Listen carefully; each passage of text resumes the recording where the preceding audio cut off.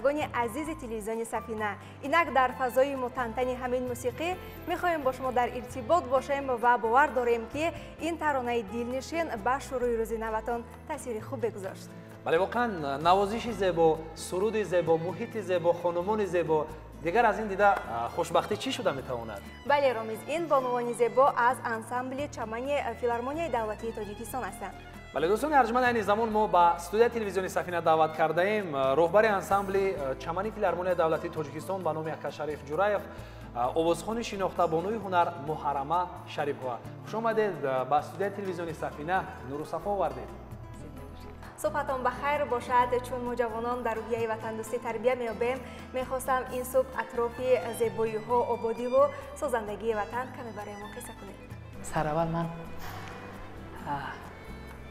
از کل کارمندان تلویزیونی سفینه تشکر می‌گویم که این دسته هنری را دعوت کردین و از نام دسته هنری چمن من سر اول همین مؤسسه بسیار زیبا، همین شبکه‌ای که بسیار مردم دوست می‌دارد به خاطر صاحب بینای نو شدنشون تبریک می‌گویم.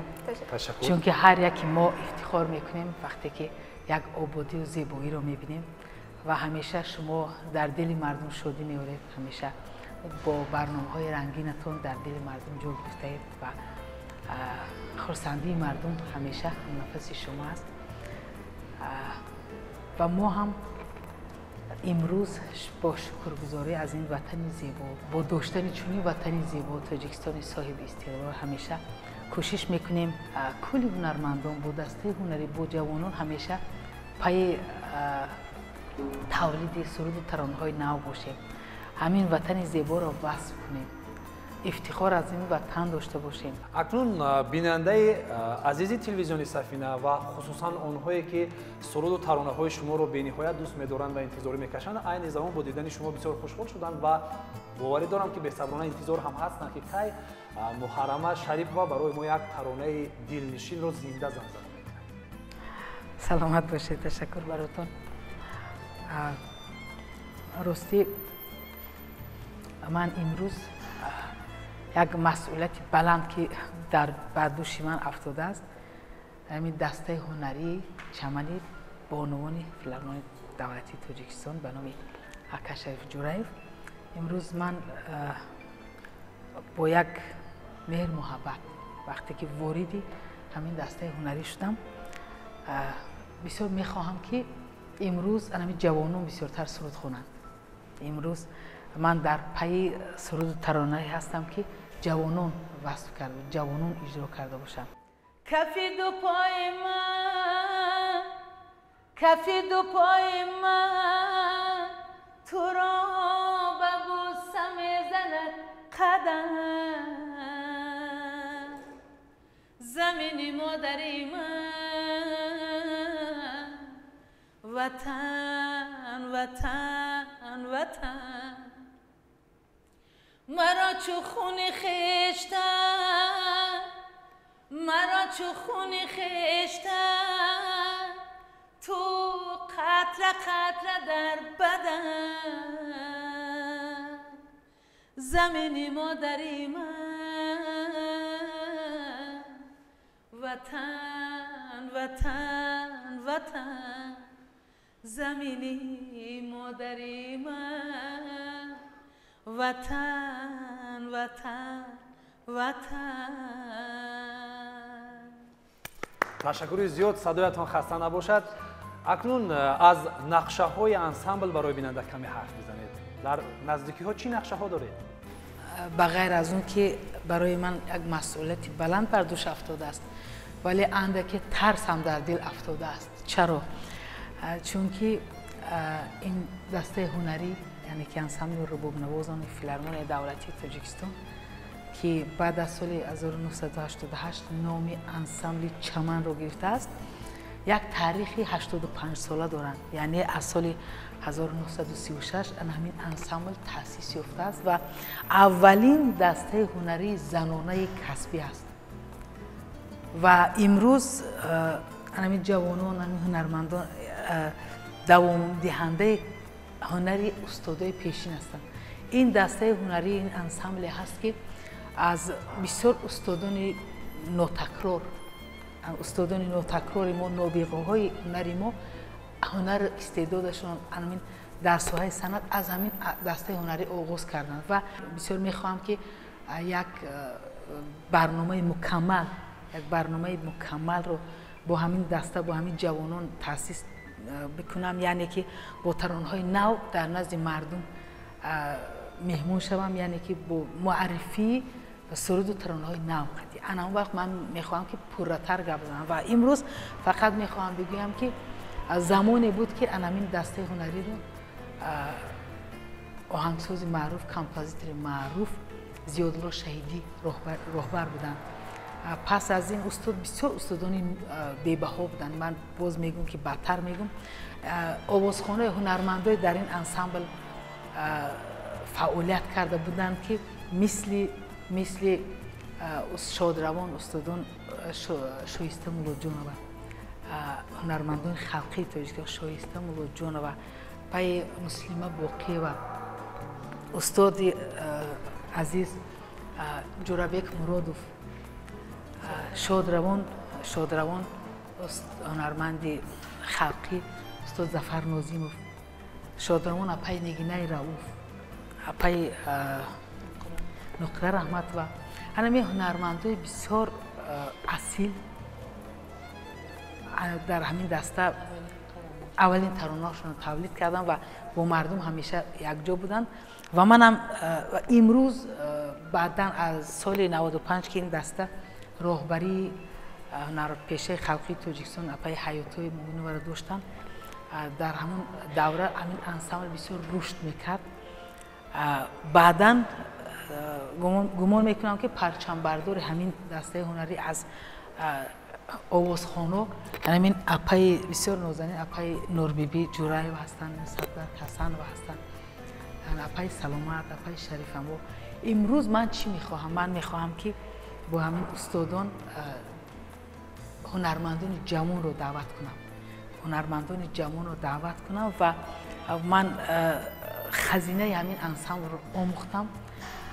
رسالت همین انسامبل چی است؟ رسالت همین انسامبل سر اول ترانه‌های زنانه رو زنده کردن، ترانه‌های کامپوزیتوران معروف از زنده کردن، ترانه‌های 2 آوازه 3 آوازه را زنده کردن، پیشنهاد مردم کردن که در پیشین همین دسته هنری بسیار برخوردار بودن از همین سرودها، بسیار سرودهای مشهور هم زنده کردن. استاد عزیز، حالا باشد میخوایم همراهی شما سوژه همکاران ما رو تماشا کنیم. اطراف 2 نفر مطرب نورس است که در نواختن پیانین خیلی مهارت خوب دارند. شما نیز همچون استاد بینید و به هنری آنها بها دهید.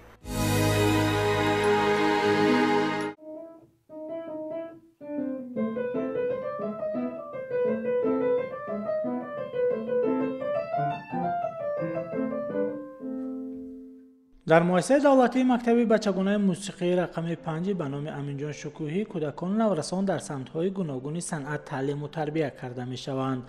در ساز موسیقی اروپایی پیانینه بیشتر گل دختران میل و خواهش تحصیل گرفتن رو دارند. چون به صنفخانه آموزشی پیانینه وارد گردیدیم، اینجا 2 نورس خوش سلیقه امان و لیزا را پیدا کردیم که با این اسباب موسیقی نوازش‌های دلنشین را اجرا می‌کنند. در حقیقت اجرای آهنگ‌های مرغوب با این اسباب موسیقی قلب و روح را شاد می‌گرداند. مهمتر از همه رامشگری آن می‌تواند با فورتپیانو راز دلش را افشا کند و منظره ناتکراری را تصویر نماید. امان بابای و نورسی با استعدادی است که آهنگ‌های بسته‌کاران تاجیک و جهانی را اجرا می‌نماید. Я играю на фортепиано уже почти 4 года. Как мне нравится заниматься, я прихожу, ухожу, мы с учителем всегда играем. Может, иногда где-то смеемся, если где-то не так что-то получилось, потом поправляемся. У меня еще есть сольфеджио и хор, а сольфеджио помогает к музыке добиваться еще лучшему.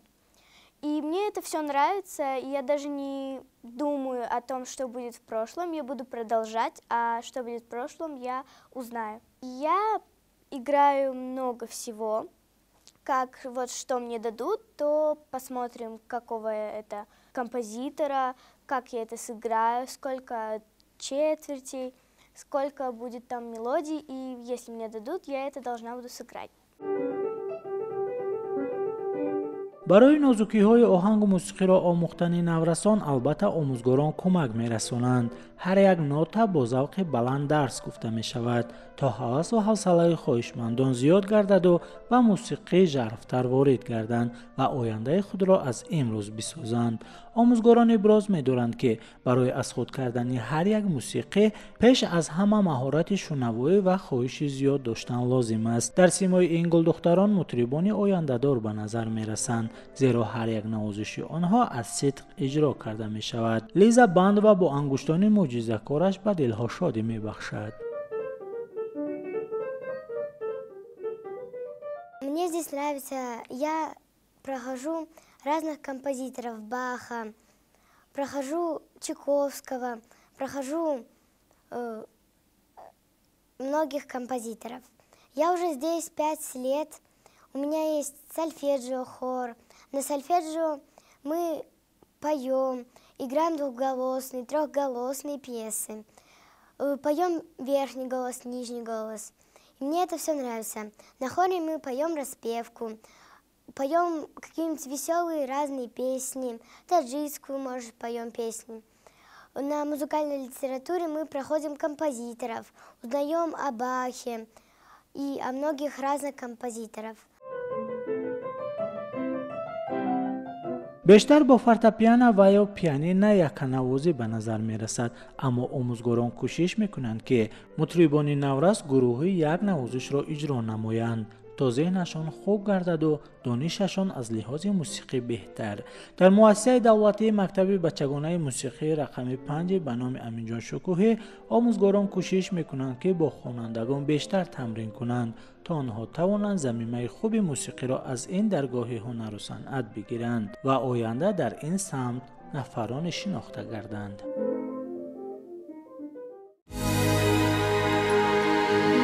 گفتید که مقصد و هدف اساسی انسامبل ما جلب جوانان به این انسامبل است.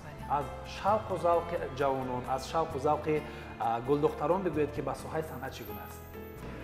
جوانان الکی میخواهند که در این دسته هنرنمایی کنند و من بسیار از هنرمندان جوان تشکر میگم که میخواهند پی هنری کسبی باشند، میخواهند پی ترانه های کسبی باشند.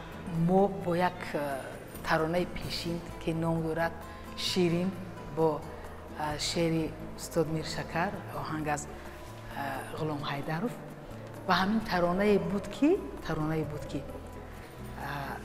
در سالهای پیشین استاد هنر شادروان مسلمه باقی و خونده بودن. ما دسته هنری خواستیم که همین را بازخوانی کنیم، یعنی که ما وارسی کردیم از همین ترانه، خواستیم که همین سرود را باری دیگر با لحن نو، با صدای نو، با یک جالبیت نوین به مردم پیشنهاد کنیم. امروز این ترانه را آوردیم و باری دیگر من شکرانه از هنرمندان پیشین و امروز میکنم باری دیگر از هنرمندان اصیلی پیشین میکنم، استادان، یعنی همچون زن، همچون مادر، همچون هنرمند فعالیت کردند که این انسامبل تا به امروز پابرجاست، یعنی که امروز 85 سال دارد. شکری به اندازه بر لب که کشور دورمان را نام از تاجیکستان و هر دم و هر لحظه از آبادی و استقلالیت وطن میبالیم و خوشحالیم. دوستان ارجمند، اکنون یک ترانه دلنشین از صدبرگ حسنova میشنویم.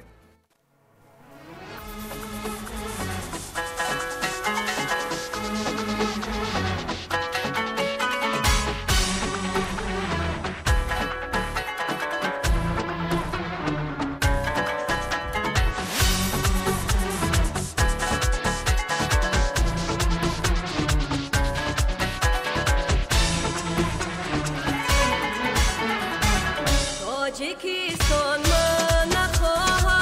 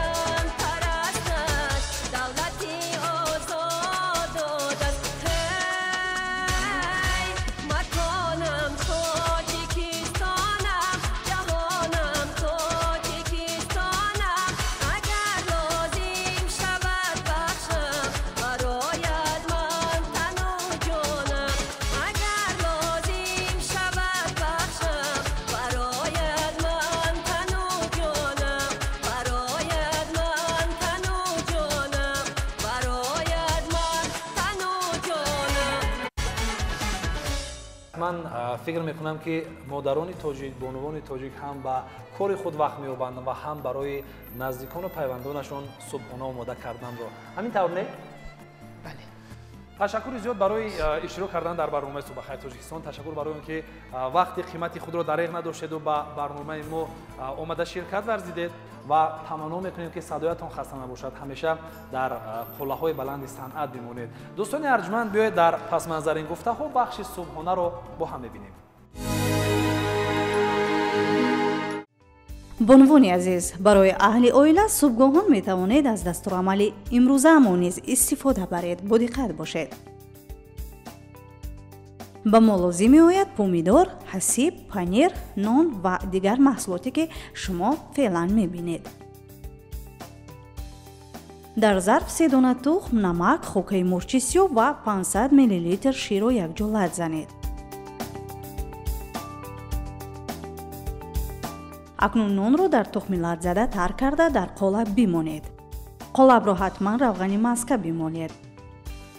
аз болои нон зирбаки аз қаламфури булғори омодашударо илова кунед. боқӣ монда маҳсулотро ҳам аз қабили ҳасиб, помидор, панир дар болояш бимонед.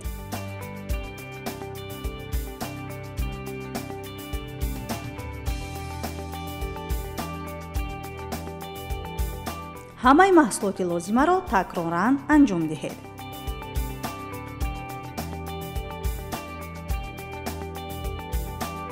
дар охир панир пошида дохили тафдон мепазем.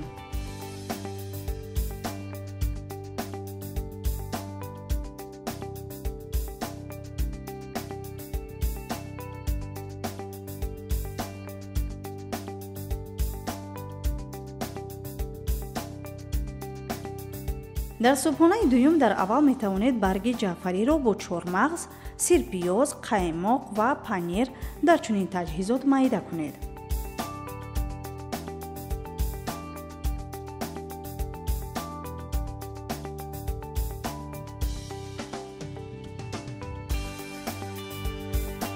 маҳлули тайёр кардашударо дар нон бимолед. хоса ба завқи дилатон дида ҳам дар нон, ҳам дар кадуча ва буимҷони бирён кардашуда маҳлули тайёр кардашударо бимолед ва болояшро бо ҳар гуна кабудӣ оро диҳед.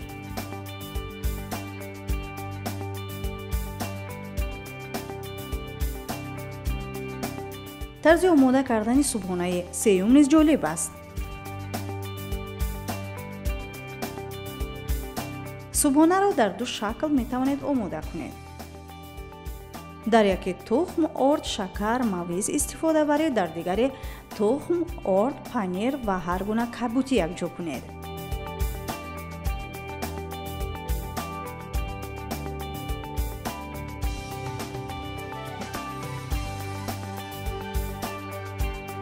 маҳсулоти омехта кардашударо пеш аз пухтан гир карда дар орд омехта кунед ва баъдан дар тоба дар ҳарорати мӯътадил бипазед.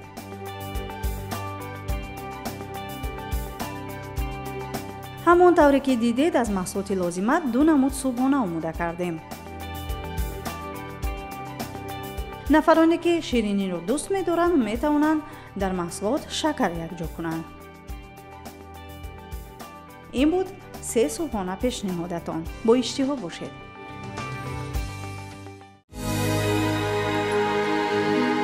دوستان عزیز، اگر همین دستورالعمل پیشنهاد نموده همکاران ما براتون پسند اومده باشد، حتما به خاطر بگیرید و روزهای بعد برای نزدیکان و پیوندانتان آن را آماده بسازید، چون صبحگاهان با معده خالی به کار رفتن و اینکه به تمرین مشغول شدن متخصصان ابراز می‌دارند که به سلامتی ضرر دارد. من فکر میکنم علاقه همگان صبحانه کردن و به ورزش بدن مشغول شدن. در صفحه نوبتی بخش متانات رو منظور شما میگردونیم. باعث خوشنودی و سرفرازی است که در دوران استقلالیت دولتی در کشورمان نمودهای گوناگون ورزش رشد کرده و یک قطار تالارهای ورزشی بنیاد یافته است که ورزشکاران می توانند از این امکانیت‌ها ثمرناک استفاده برده تمرین‌های خود را پیوسته به راه مانند و از استادان ورزش نازکی‌های دلخواه رشته ورزش را آموزند و در سبقت‌ها رقیبانشان را شکست دهند. در این دوران فدراسیون صنعت محاربه‌های غیرکسبی جمهوری تاجیکستان میان دیگر نمودهای ورزش تأسیس یافت و در مدتی کوتاه رشد کرد و هواداران خود را پیدا نمود. مسئولین فدراسیون با تلاش و زحمت‌های بی‌اندازه در کشور مسابقه‌های ناحیوی، شهری و جمهوریوی را برگزار نموده بهترین ورزشکاران را از میان آنها انتخاب کرده و مسابقه‌های آسیایی و جهانی سفر برمی‌نماید تا پرچم تاجیکستان را در جهان پرافشان سازند. در دوام 3 سال اخیر ما توانستیم زیاده از 100 مدال در مسابقه‌های بین‌المللی که متحده عرب، در فدراسیون روسیه، در جمهوری چخیا، در جمهوری سربیا، آلبانیا برگزار گردیدند توانستیم زیاده از 100 مدال به دست آوریم. باید قید کرد که خطا نکنم زیاده از 20 مدالی از همین شماره طلا می باشد جای اول و دسته منتخبی تاجیکستان رسما هم در صحیفه‌های اجتماعی و رسمی فدراسیون بین‌المللی و واقعا یکی از دسته‌های بهترین به حساب می رود. دستاوردهای فدراسیون صنعت محاربه‌های غیرکسبی جمهوری تاجیکستان در سال 2022 نیز کم نبود. مسابقه‌های بین‌المللی اوید به محاربه آمیخته یک امکانیتی هست که ما می‌توانیم با تمام دولت‌های آسیا یا جهان دولت خود را معرفی نماییم. ما در سال 2022 توانستیم چمپیونات آسیا برگزار نماییم. 13 دولت اشتراک کرد. این شماره بسیار نیست ولی برای یکم مرتبه من فکر میکنم که ما توانستیم در سطح خوب گذرانیم مسابقه رو. در آینده البته با اجازت و دستگیری حکومت جمهوری تاجیکستان، کمیته کار با جوانان و ورزش جمهوری تاجیکستان و مخلصان ما میتوانیم مسابقه‌های سطح آسیا و یا جهان رو در شهر دوشنبه، زیرا ما دارای تمام امکانیت‌ها هستیم، چی تالارهای زمانوی، چی مخلصان بهترین، چی ورزشگرانی که علاقه توانستند نام خود رو در جهان شنوانند قبول نماییم و حرکت میکنیم. البته که در این مسابقه بانفوذ جای نمایان را سزاوار شویم. فدراسیون در کشور مسابقه‌های ناحیوی و جمهوریوی را برگزار نموده از تمام تالارهای ورزشی ورزشکاران محاربه‌های صنعت آمیخته را جلب کرده است.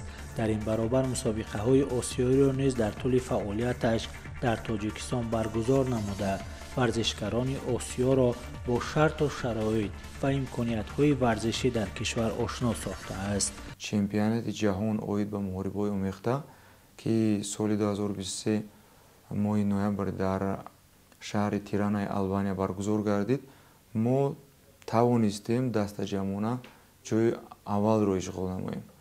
البته این یک دستاورد بهترین است. این مهنت‌های بسیار ساله پیش از همه ورزشگران، مربیان، تمام دسته منتخب، اعضایان فدراسیون و ما توانستیم دست جمعانه با همین نتیجه نایل گردیم. مسئولین فدراسیون صنعت محاربه‌های غیرکسبی جمهوری تاجیکستان مقصد دارند که تالارهای ورزشی را در کشور بیشتر نموده خواهشمندان این نمود ورزش را زیاد گردانند و بهترین ورزشکاران جهانی را در این سمت تربیت کنند. چون فصل زمستان است، اکثر ورزشکاران در تالارهای ورزشی تمرین میکنند و نازکی‌های ورزش را از خود مینمایند. در چنین هوا من باشم لالا میخواهم که گوشمونک‌ها در گوش یک سرود دلنشین بشنوم. صبحگاهان از خانه بیرون شده در باغ‌های زیبای تاجیکستان عزیز مشق و تمرین گذرانم.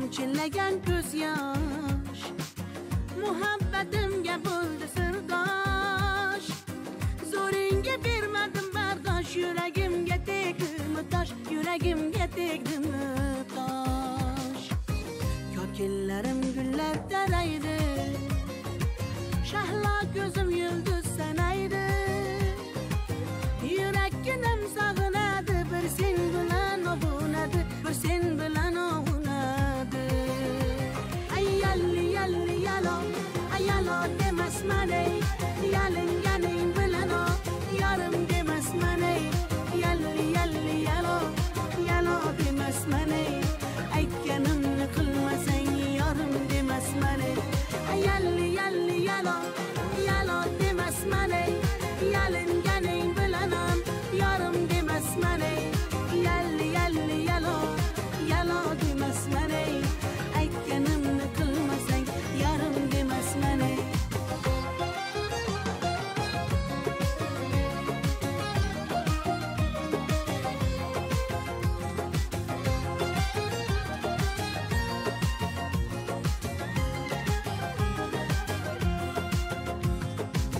mung'ayib ishqingda men ado qilmadimmi o'zimni fido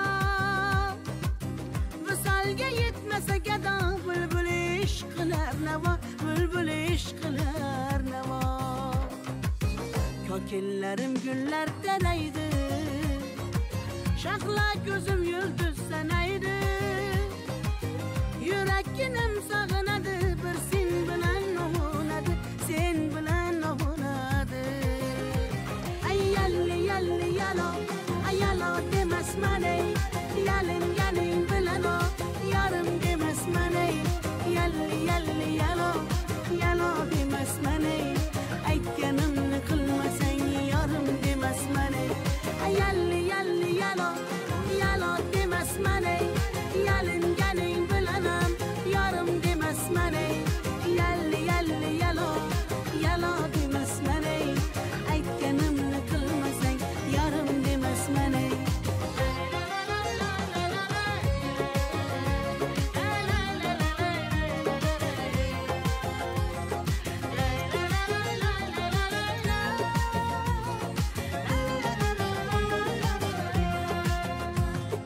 yalli yalli yalo yalo demasman ey yalinganing bilan ham yorim demasman ey yalli yalli yalo yalo demasman ey aytganimni qilmasang yorim demasman ey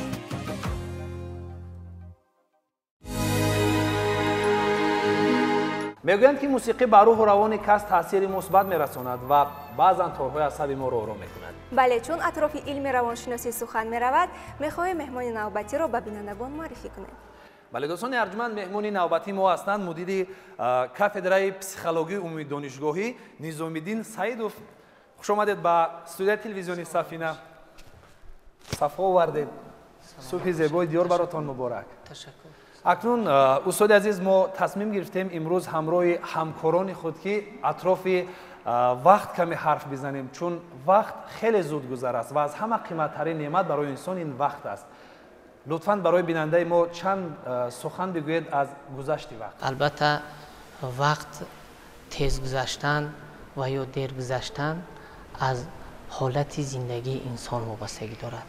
агар ҳар як инсон ки اگر ما تکیه کنیم به دانش‌های پسیکولوژی در اینجا نظر میکنیم به ادراک وقت، یعنی آموزش وقت و ادراک وقت ما چه خیلی معین میکنیم. هنگام معین میکنیم که در ما فعالیت تفکر درست راه اندازی کرده شود و در اینجا به نقشه‌گیری میگوییم یا اینکه مقصد گذاشتن میگوییم. مسئله مهم در مسئله گذشت وقت جای دارد. فرض کردیم اگر ما با کدام یک مقصدی که داشته باشیم وقت حتما برای ما چی است؟ یا اینکه بسیار یا اینکه وقت دیر میگذرد یا تیز میگذرد. این از همون حالت ایموشنالی ما، از همون چیزی که طلبات های ما از معیار زیاد است که من باید به مقصد رسم، من باید به مقصد رسم. وقتی که مقصد ما هرچند که مثال میگذاریم و طلبات را زیاد راه اندازی میکنیم، در این مسئله وقت برای ما چی است؟ نهایت کم است، یا اینکه چی میگن تنگی میکند. وقتی که ما مقصد گذاری عمیق نداریم و وقتی که ما با نقشه‌گیری درست نداریم، یعنی مرام گذاشته نمیتونیم، البته وقت برای ما اهمیتی ندارد. وقت برای ما اهمیتی که نداشت، البته گذشت وقت برای ما دیر است. راست همین مسئله خیلی زیاد مهم است. حتی بعضا وقت من کارهایم را انجام نداده فرصت را از دست میدهم و نمیدونم که وقتم چگونه گذشته است. آیا این بر روحیه انسان یگان تاثیر میرساند؟ بله، بر روحیه انسان تاثیر میرساند. یعنی ما پیشان گفتگی بودیم که وقت از طلبات انسان وابستگی دارد. گذشت وقت از همون در فعالیت انسانی یک کلمه است، باید. من فلان کار را باید اجرا کنم. وقتی که ما همین کلمه باید که موندیم، این حتما در نزد ما حالتهای اموشنالی را با وجود میارد و ما را وادار میکند ما همیشه به هیجان من باید موفق شوم، فرض کردیم من باید همین کار را اجرا کنم، من باید همین کار را اجرا کنم. وقتی که هرچند که طلبات را زیاد گذاشتن میگیریم، در اصل ما کارها را اجرا کرده استیم، ولی طلبات را که زیاد که براه میمونیم، وقت برای ما کمی میکند. از یک جهت برای انسان این خوب است که همون انسان موفق است که وقت برای او تنگی میکند و همون انسان فعالیت تفکرش درست کار میکند که وقت برای او تنگی میکند یا که نارسایی میکند. و اون انسان نه که مثال وقت رو غنیمت نمیشمارد و وقت برای اون مهم نیست و اون نفری هست که در زیر فعالیت اراده او یک مقصد نوکی کنکریتی گذاشته نشده است. این همون نفری که وقت برای او تنگی میکند، از اون معلوم میشد که او در فعالیت زندگی کدام یک نقشه دارد، یگان مثال پرابلمی را حل کرده میتواند، یا اینکه در تفکر میگویند که عملهای فکری، یعنی زینه‌بندی همین تحلیل، ترکیب، ابسترکسیا، سینتز و سیستم دراری، همین کارکرد شیده است در چی فعالیت تفکری او. اگر که بینیم که مثال این روز گذشت، من روزی دیگر میکنم، این روز نشد پگه میکنم، با روزی دیگر میکنم، این برای موفق شدن هر یک انسان البته تاثیر میرساند. استاد لولا قید کردند که من همیشه کوشش میکنم ولی وقت کفایتی نمیکند برای من. مقصد از این گفته ها این است که لولا همیشه به برنامه دیر میکند. میخوام این لحظه برایش چند توصیه بدهید که چی کارها را انجام بدهد تا وقت خود را خوب استفاده ببرد و نقشه های خود را خوب تحریز کند. خب در خاراکتر انسان 4 مناسبت های خصلت های خاراکتر است. مناسبت با خودم، مناسبت با فعالیت کسبی، مناسبت با اشیاء و پردمیتی که با من تعلق دارد، با مناسبت با جمعیت و کلکتیوی که مرا احاطه کرده است. در اینجا یعنی پیوستگی طرح‌ریزی وقت به چه علاقه‌مندی دارد؟ با مناسبت با فعالیت کسبی. عمل در خاراکتر او چی میشود؟ نقش میبندد، شکل میگیرد و انا همین در مناسبت با فعالیت کسبیش انسان چی میشود؟ یعنی با مسئولیت میشود، یعنی هر یک کاری را که گفت درست اجرا میکند یا با نقشه‌گیریش درست براه میموند. فقط همین که باید رعایت کند و تحلیل کرده تواند بعد اجرایش عمل، یعنی همین کاری که کرد بعد فرض کردیم برنامه‌ای که امروز چیکار کردن، راه اندازی کردن، بعد برنامه حتما چیکار میکنن؟ در پسیکولوژی میگن که متدی صفتی و مقداری، یعنی یک بار حساب و کتاب کند که من در گیجو دیر کردم، در گیجو صفت نوکی کار اجرا کردن نتوانستم، در گیجو مثال وقتی من بیفایده گذشت. همینه که اگر تحلیل کرده توانند وای حتما الکی این به نقشه گرفت تحلیل کرد، یا اینکه در امکانیت باشد دفتری با قیدگیری داشته باشد با قید گرفت و این حتما چی می شود؟ هنگام دویم باره همین عمل روی دادن این الکی میدوند که در کجا خطا کرده است، در کجا وقت رعایت نکرده است و همون جایهایی که سبب دیر موندن شد همینه در اینجا قید کرد موند و همین سبب معین میکند، همینه риоя мекунанд ва оҳиста оҳиста ҳамин бартараф шудан мегирад. ташаккури зиёд устод барои як суҳбати гарму самимӣ. Ташаккур барои он ки вақти қимати худро сарф кардеду дар барномаи мо ширкат варзидед. меҳмони барномаи мо буданд мудири кафедраи психологиюми донишгоҳӣ Низомиддин Саидов. бахшҳои дигари барномаи мо идома доранд, моро ҳамроҳӣ бошед.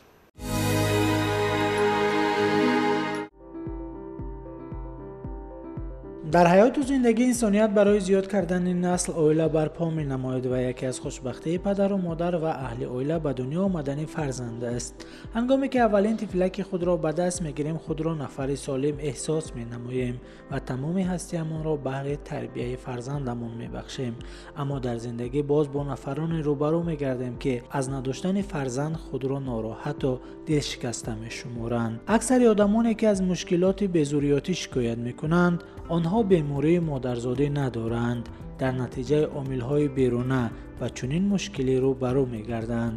безурётӣ миёни мардҳо дар натиҷаи заҳролудӣ аз шароб, суроб, фосфор, ҳамчунин зери таъсири омилҳои номатлуб аз ҷумла садамаи рӯҳӣ ба вуҷуд меояд.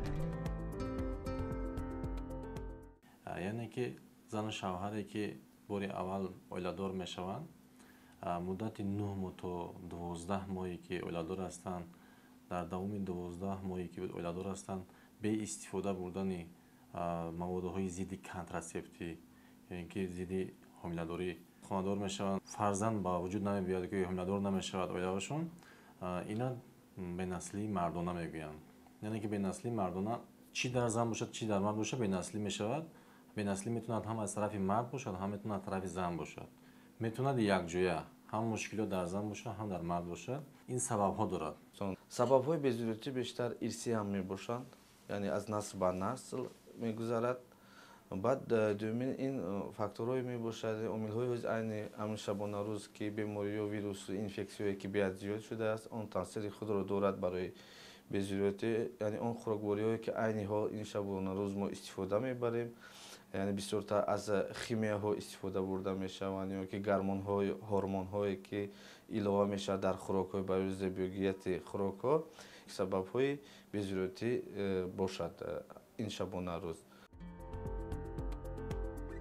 дар аснои безурётӣ ҳам зан ва ҳам мард бояд аз муоинаи духтури андролог, урогинеколог гузарад, чунки дар 5.7% маврид безурётӣ ба организми мард вобастагӣ дорад, 60% ба организми зан ва дар 28.4% ба организми ҳам зан ва ҳам мард вобаста аст. самараи муолиҷаи безурётӣ барои занҳои то 25 сола нисбат ба занҳои аз 35 сола боло қариб 2 баробар зиёд аст.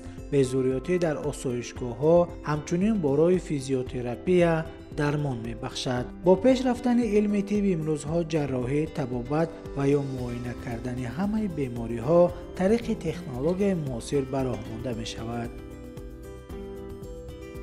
баъди ягон бемориҳое ки яъне ки вирусни этиология мегӯянд, вируси этиология свинка мегӯянд ба забони русиш, ба тоҷикиш бошад, мисол дар байни ҷомеаи мо ғиргушак мегӯянд. ин ғиргушак аз ҳама беморӣ безеб мешавад. мисол оризаҳои безеб дорад, хуб дорад ки дар бисёр бачаҳо метавонад ки ба бенаслии мардона оварда расонад. яъне ки бенаслии мардона вақте ки писарбача дар давоми хурдӣ агар мисол то 7 солагӣ то мисол 16 солагӣ метавонад ки агар бемор шавад, амон вақт метавонад ки фарзанд шавад. баъди ягон намуди осебҳо ёки ҷароҳати вазнин мевардорад, ино метавонад сабаб шаванд ки ба бенаслии мардона. яъне ҳолатҳое ҳастанд ки писарбача анализ месупорад, анализашон 0 мебурояд ёки ба 0 баробар мегӯянд. ҳангоме ки мо ба бемории безурётӣ гирифторем, бояд аз он нороҳат набошем ва пай ин мушкилӣ худ ба мутахассисон муроҷиат намоем.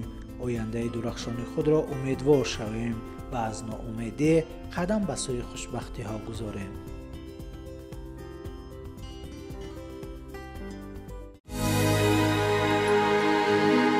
ҳар як инсон дар зиндагӣ ба коре майлу ҳавас пайдо мекунад ва бо заҳмату талошҳои зиёд ба орзуҳои худ наздик мегардад. مثال این گفته ها سراینده محبوب کشریف جورایف است که واقعا با زحمت و تلاش و با علم و دانش خود توانستی خود را عزیز دل و دیده ها گرداند و سرودهایش بارها از جانب هنرمندان بازخوانی نیز شدند، از جمله سرود قلعه بندی. البته این از احترام و منزلت اکا شریف جورایف درک می‌دهد. در بخش یک ترانه همکارمان مهرخسار عبدالجبار سرود قلعه بندی را انتخاب کرده است که در این بخش به شما بابت این سرود معلومات می‌دهد.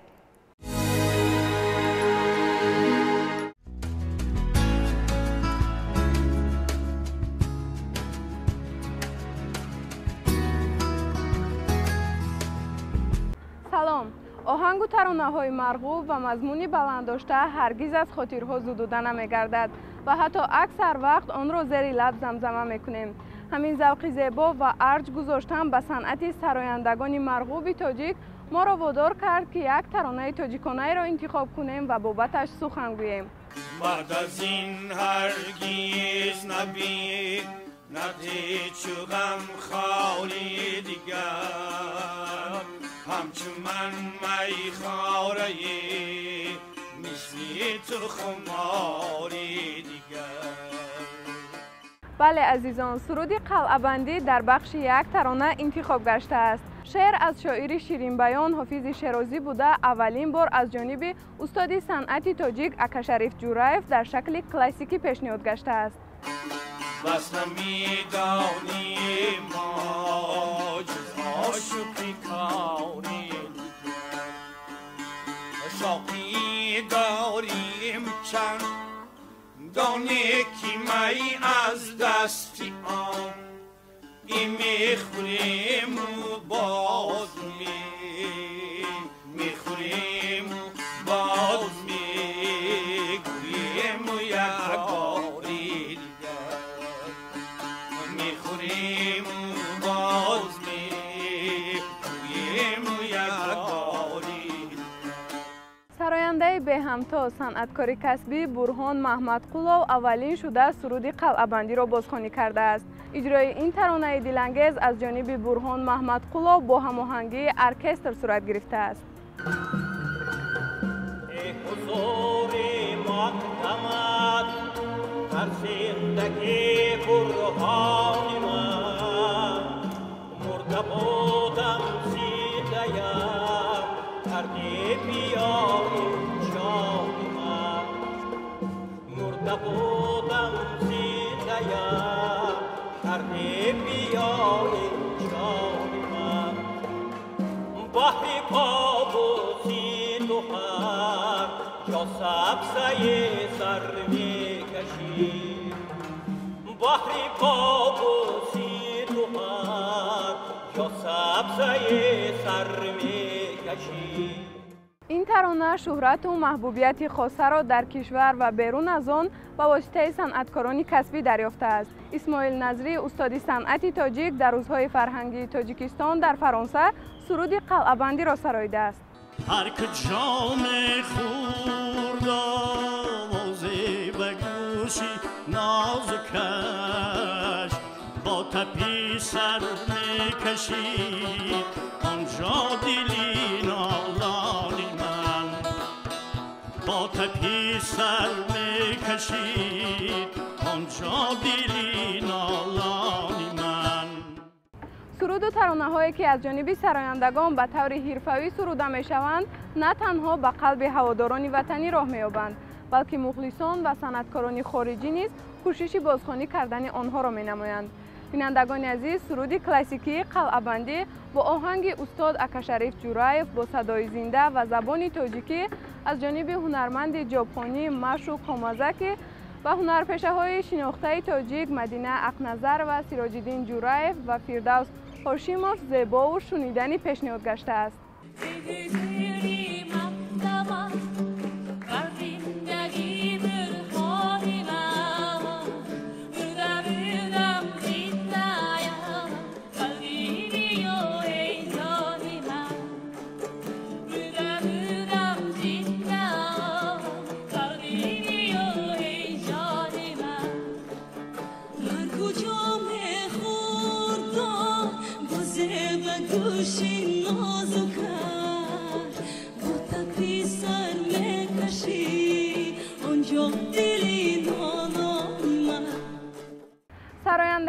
جوان و صاحب هنر که تاجیکستان را در عرصه جهانی با صدا و صنعتش در سال 2023 معرفی کرده است فروخ حسنوف می باشد که اطراف بازخوانی سرود قلعه بندی سخن میگوییم.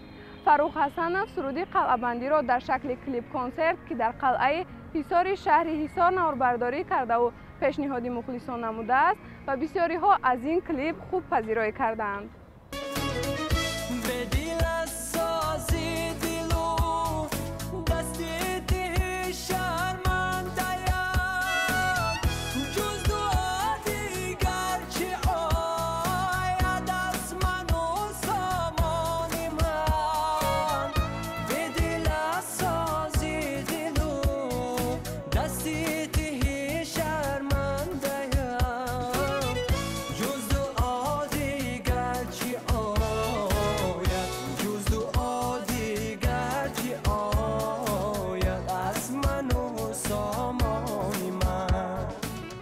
یک ترانه اگر با زحمت و مهنت با مضمون و محتوای بلند و صنعتی کسبی پیشکش مخلصان گردد البته از یادها فراموش نمی گردد و تا ابد در قلبها زنده باقی میماند. بینندگان عزیز این بود بخش یک ترانه با سرود قلعه بندی منظور شما. تا نزدیکترین دیدار خیر.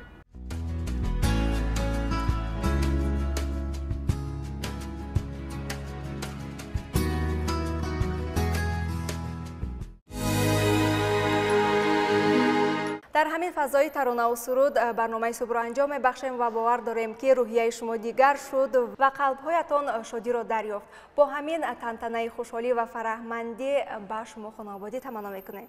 از آغاز تا به انجام برنامه ما را همراهی کردن انسامبل چمن فیلارمونی دولتی تاجیکستان به نام اکا شریف جوراєв و در انجام دوستان ارجمند یک ترانه بسیار هم دلنشین از نوربیبی جوراєва میشنویم و با همین برنامه را انجام میبخشیم.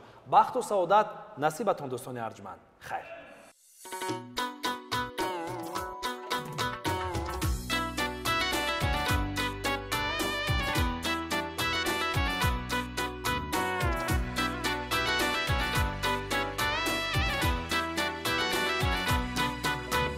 در بیابان ناله کردم خرمنی گل در گریخت در بیابان ناله کردم خرمنی گل در گریخت حیف روی بی غبارم چنگ و خاکستر گریخت حیف روی بی غبارم چنگ و خاکستر گریخت از تگی باران گذشتم نعلی کفشت یافتم از تگی باران گذشتم نعلی کفشت یافتم از برای نعلی کفشت شیشه صندوق ساختم از برای نعلی کفشت شیشه صندوق ساختم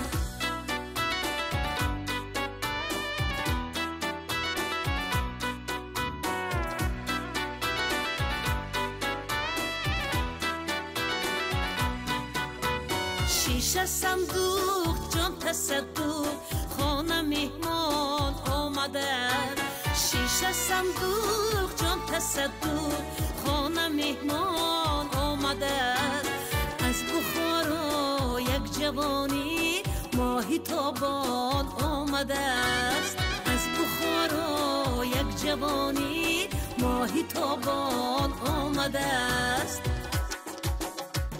ای یارم بیا یاری جانی من دل دارم بیا شامی تاری من ای یارم بیا یاری جانی من دل دارم بیا شامی تاری من یادی تو کنم خزانی من سب شود ای یارم بیا یاری جانی من دل دارم بیا شامی تاری من با مادری آشیانی من سب شود ای یارم بیا یاری جانی من دل دارم بیا شامی تاری من چون نخلی